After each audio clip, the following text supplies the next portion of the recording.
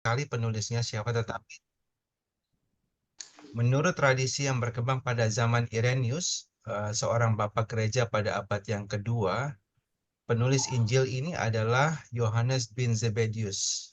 Dia adalah murid Yesus ya, murid yang dekat dengan Yesus. Pada waktu penulisannya itu diperkirakan terjadi antara tahun 40 sampai 140 Masehi. Ya. Dan tempat penulisannya itu terjadinya di Efesus, di daerah region Asia Minor atau Asia Kecil, di mana pada saat itu pertumbuhan gereja mulai matang dan timbul kebutuhan akan ajaran yang lebih lanjut tentang kaidah iman. Seperti itu. Jadi Yohanes itu menekankan tentang keilahian Yesus Kristus sebagai anak Allah. Ya. 3 kata kunci yang berhubungan dengan tanda dan percaya dan hidup yang Tuhan dan dari buku adalah mengenai tanda adu yaitu saat Yesus mengakhir anggur di Yohanes pasal 2 ayat 1 sampai 11.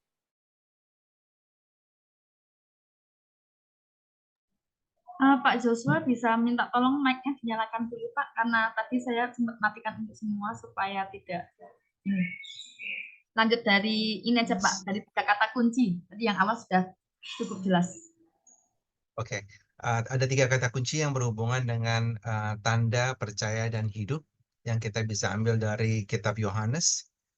Mengenai tanda, yang pertama yaitu saat Yesus mengubah air menjadi anggur di Yohanes pasal 2 ayat 1 sampai 11. Yang kedua yaitu saat Yesus menyembuhkan anak pegawai yang sakit di Yohanes pasal 4 ayat 46 sampai ke 54.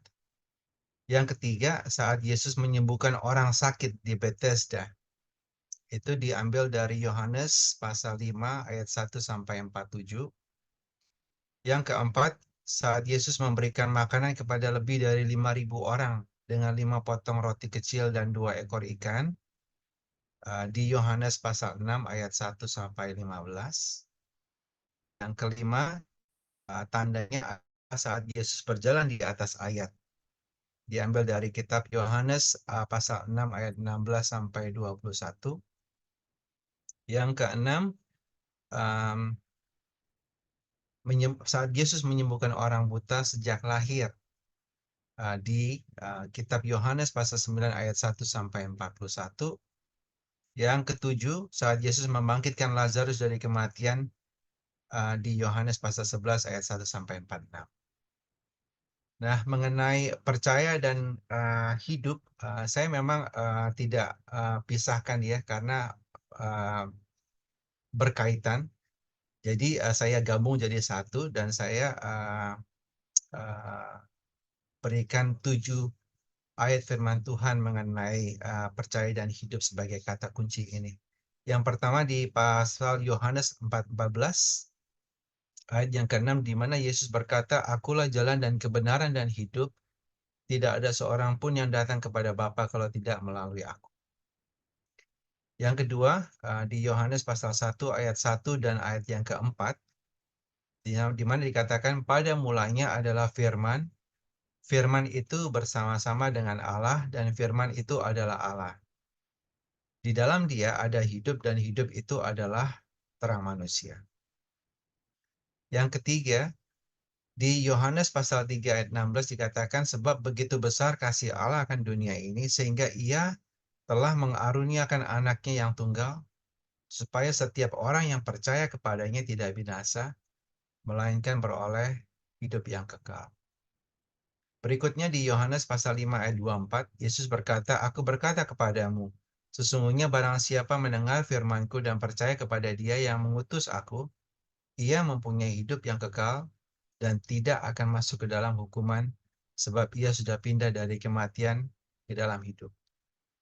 Berikutnya yang nomor 5, Yohanes pasal 6 ayat 47, Yesus berbicara, "Aku berkata kepadamu, barang siapa percaya kepadaku, ia mempunyai hidup yang kekal Dilanjutkan dengan Yohanes pasal 10 ayat 10 yang ke-6, Yesus menyatakan, pencuri datang hanya untuk mencuri, membunuh, dan membinasakan. Aku datang supaya mereka memperoleh hidup dan memperolehnya dengan berlimpah. Dan tanda yang terakhir untuk percaya dan hidup yang ketujuh adalah di Yohanes pasal 11 ayat 25 sampai 26. Yesus berkata kepada Marta, "Akulah kebangkitan dan hidup. Barang siapa percaya kepadaku, walaupun ia mati, ia akan hidup. Dan barang siapa hidup dan percaya kepadaku, ia tidak akan mati selama-lamanya." Dan saya juga ambil 7 pernyataan akulah yang menegaskan identitas Yesus sebagai Tuhan dan Juru Selamat di dalam buku Survei Perjanjian Baru itu. Di sana dikatakan yang pertama adalah aku adalah roti hidup di Yohanes pasal 6 ayat yang 35. Yang kedua, aku adalah terang dunia di Yohanes pasal 8 ayat 12. Yang ketiga, Yesus berkata, aku adalah pintu domba di Yohanes pasal 10 ayat yang ke-7. Yang keempat, aku adalah gembala yang baik di Yohanes pasal 10 ayat yang 11. Yang kelima, Yesus berkata, aku adalah kebangkitan dan hidup di Yohanes pasal 11 ayat 25. Yang keenam, Yesus berkata, aku adalah jalan, kebenaran, dan hidup. Yohanes pasal 14 ayat yang ke-6. Dan yang terakhir, yang ketujuh, adalah Yesus berkata, aku adalah pokok anggur yang benar. Di Yohanes pasal 15 ayat yang ke-1. Yang saya bisa simpulkan dari tujuan utama penulisan kitab Yohanes, saya ambil dari kitab Yohanes pasal 20 ayat 31. Di sana dikatakan, tetapi semua yang tercantum di sini telah dicatat supaya kamu percaya bahwa Yesuslah Mesias, Anak Allah, dan supaya kamu oleh imanmu memperoleh hidup dalam namanya. Selain itu, dari buku halaman 244 di Survei Perjanjian Baru yang kita baca, di sana dikatakan ada kemungkinan bahwa Injil Yohanes sengaja ditulis untuk melengkapi berita tentang kehidupan dan pekerjaan Yesus yang sudah ada pada masa itu dan yang sudah dinyatakan secara tertulis di dalam Injil-Injil sinoptis. Ya, demikian Ibu Sinta. Terima kasih. Mantap. Bagus Pak Joshua. Lengkap. Teman-teman ada yang mau menanggapi atau menambahkan poin-poin yang mungkin belum ada di presentasi Pak Joshua?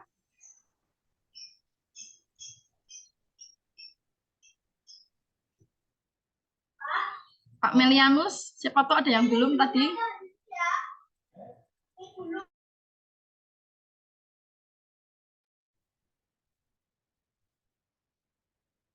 Ada Pak Melianus? Mantap. Pak Honia, ada tambahan?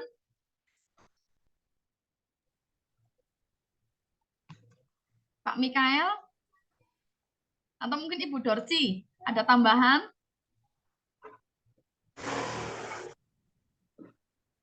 Sudah lengkap ya? Bagus sekali, jelas, padat, singkat, jelas punya Pak Joshua ya. Jadi memang Injil Yohanes memang agak berbeda dengan 3 Injil sebelumnya. Dalam gaya bahasanya pun berbeda sekali ya. Yohanes memulai dengan sebuah filsafat Yunani yang pendekatan filsafat, sama seperti orang-orang yang Yunani yang mereka akrab dengan filsafat. Makanya dikatakan pada mulanya adalah Injil gitu ya.